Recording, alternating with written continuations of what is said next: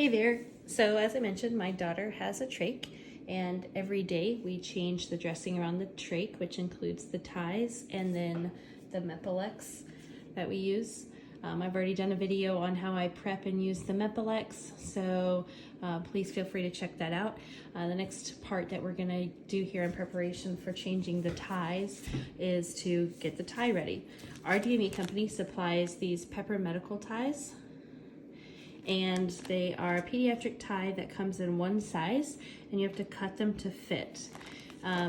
We've already figured out what's the right size for my daughter, which makes it easy to cut and fit it. But if you haven't done that for your child yet, I recommend either using an old tie that you've already removed, maybe that the hospital had put in place, or even using just like a ribbon or something like that, so that you can determine the neck size. You can take your ribbon, and I'm gonna get my friend Trach Berry out here. This is what my children use to play because it just makes us more comfortable. So while your child has their trach, you're gonna measure around their neck from where the flange is here. I'm gonna kind of put it and hold it there, and just measure around their neck to where the other flange is, and just kind of pinch it there. It doesn't have to be exact because the tie is actually going to be in two pieces.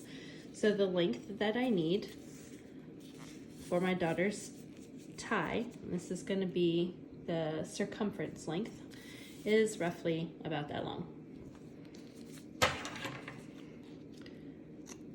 So I would need to make my ties with the Velcro strap about that length.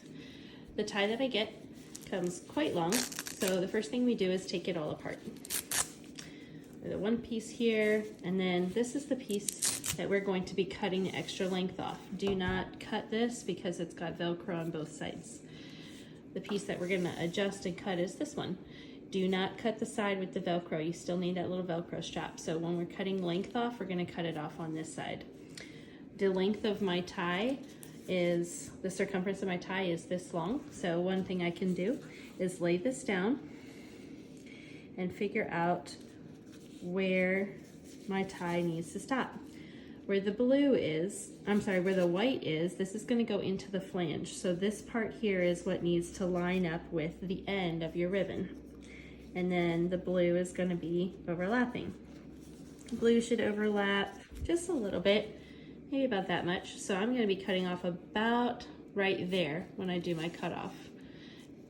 And once you do that, you can save the part that you cut off for the template length. We've done this a few times with my daughter already, and when we have saved that cutoff, this is how we know how much to cut off for my daughter.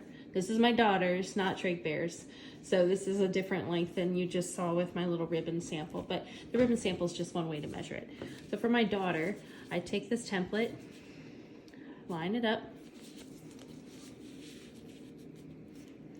and again, remember, you're cutting off of the side that does not have the Velcro strap. Remove the excess. Save your template. Now you've got this, and you can cut it to the exact size every time. Every few months, I think for us about every 6 months, we readjust this for, subtle amounts of changes in case she needs that. Now we have found that these Velcro straps are a little on the long side because her neck is so small. So I like to take about ½ an inch off of each of the Velcro strips.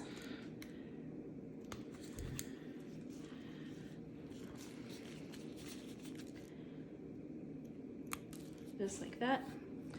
And then the blue one that goes around behind the back of her neck, I like to take a little bit of length off of that too. It's up to you. You might find that you like the length. You might find that you don't.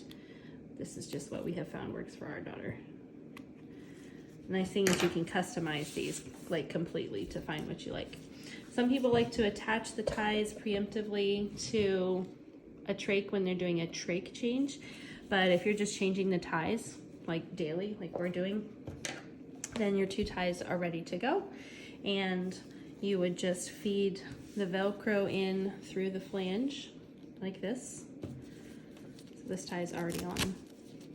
But the Velcro would go in through the flange It would go on top of the Mepilex, which is surrounding the trach, and go back on itself. And then the same thing, you would feed it in through the flange on the other side.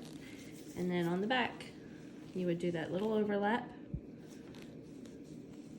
and then put the blue strip across the hole. You see the overlap, the amount that I overlapped on our trach mirror sample here. And the ties overlap the Mepilex. The Mepilex is stretchy and it's flush to the skin because it's tacky. And that's what it looks like when it's all said and done.